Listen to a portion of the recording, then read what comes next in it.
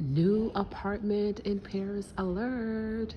This is my new neighborhood, y'all. I am 10 minutes away from the Eiffel Tower, 10 minutes away walking distance from the Eiffel Tower in a great neighborhood. This thing just really worked out really, really well. But let me tell you, I thought I was going to have to sell an arm, a kidney, maybe a nipple, and maybe a little bit of coochie to get it. All right. Listen, I'm not even playing.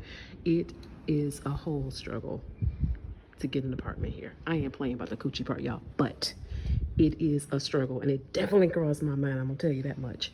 This is a new place. This is the door. I just got the keys. Just got the keys. So look, this space is really tiny, and one of the things that you have to do a total adjustment about living in Paris is the fact that yeah, the space is on some different stuff. I didn't come from New York, y'all. I didn't come from a very, very small studio apartment or whatever, very small spaces. So this is all, always an adjustment for me. So this, you come in, look, this part is gonna give me grief every single day. Stepping on this thing, oh my God. Listen, I'm scared of heights. So we're gonna have to figure this situation out right here because this is gonna be a problem. This is a closet. I'm actually surprised that there's a closet here. A lot of the spaces in Paris have no closets, which is absolutely amazing to me.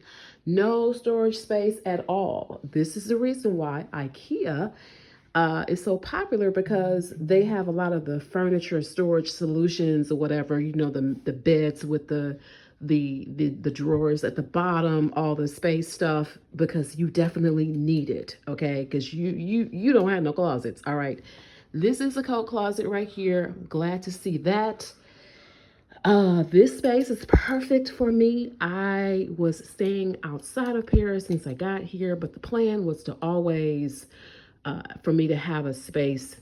I wanted a space in the city. And so after all the strike situation started here with the protests and with them transportation strikes going on, I really amped up my search beginning in March.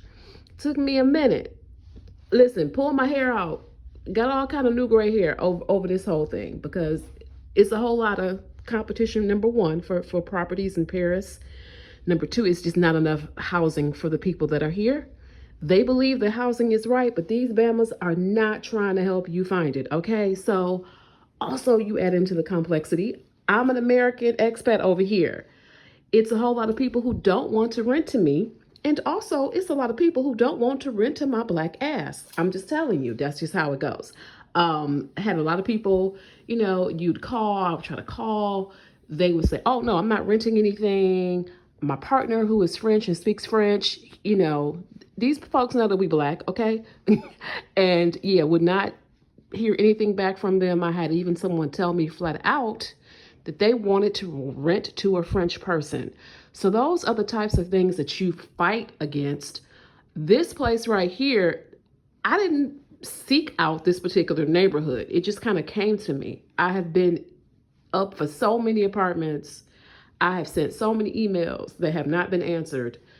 Called so many folks who never, ever call me back. Okay, so this one, Black Jesus, thank you, Mother of Mary. Listen, all the gods, Buddha, whoever you believe in, okay? I believe in Jesus Christ, but I'm thinking everybody, okay? All the saints, all the angels, because this was a whole ass struggle. So this is a little desk, which will be great. Again, this is a studio apartment, okay?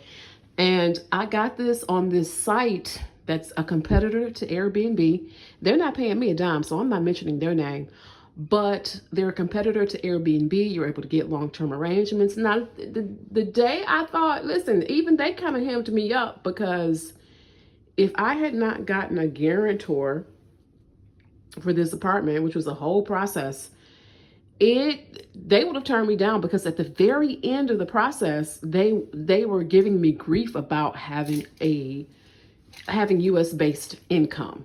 And so I'm like, look, people, I'm here on a 1-year visa. Okay. Here are my paycheck stubs.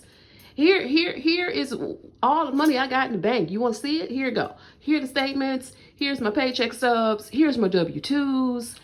trust me, as Americans, for the most part, we make probably 2 and 3 times what French people make. Okay, from an income perspective, the average French person, like 84% of them, make less than 3,400 euros a month. Yes, 3,400 euros a month. So automatically, as a person with a visa, with a 1-year visa, who has to prove that you have financial reserves, financial resources, consistent, regular income coming in, we already out the gate making more money. That's a whole nother conversation. I'm gonna have to save that for another video. So let me show y'all what's all up in here. Listen, I love the shower, whole shower situation going on. Okay, nice. Again, very small space. Okay, very small space. Washing machine, toilet. I don't know what's going on with the toilet situations here, but I promise you, I've never had a stop toilet. And I notice they never have any plungers. There is hardly any water in the toilet standing, but you never have a problem.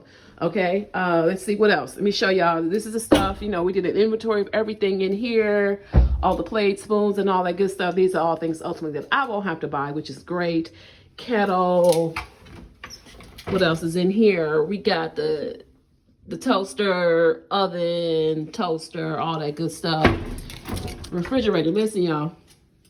This is also an adjustment because I'm used to the big refrigerator. Okay, so I don't have that anymore. Everything is an adjustment. Everything is an adjustment. Lord have mercy. Everything is an adjustment. Everything is a learning experience. We'll get that later. But listen, I basically got a college size refrigerator, but we're gonna make it work, okay? We're gonna do some space saving, whatever, we're gonna make it work. And this part right here, I almost decided not to get this property because of this, but I was like, okay, listen, I need to figure this out. I already told y'all I'm scared of heights, but climbing up here every single day is going to be a bit much. Going up is fine. It's just the way down that's the problem. Okay, so this is technically a duplex. I have 20 meters squared, y'all. So 20 meters squared, which it's technically about, what is that, about 215 square feet. You know, very small, but it's mine. It's mine. So let's see. I'm totally struggling trying to get up here. Whew, all right, thank you, Jesus. Okay, so this is the upstairs part. This is the bed. We're gonna change these pictures out. I already know what I'm gonna do about this. Okay. You know, love the minimalism look. This is great, but we about to change some stuff out. Little storage areas, nightstands. They call this a commode in French, which always throws me because a commode, technically in English, it's a toilet, right? So, but I've got, you know, plenty of cabinet, you know, drawer space. What is this? I don't know what this is. I don't know what this is. Okay, we're gonna figure it out. But yeah, this is a spot. This is a spot, y'all. Now, please, somebody help me get down these steps.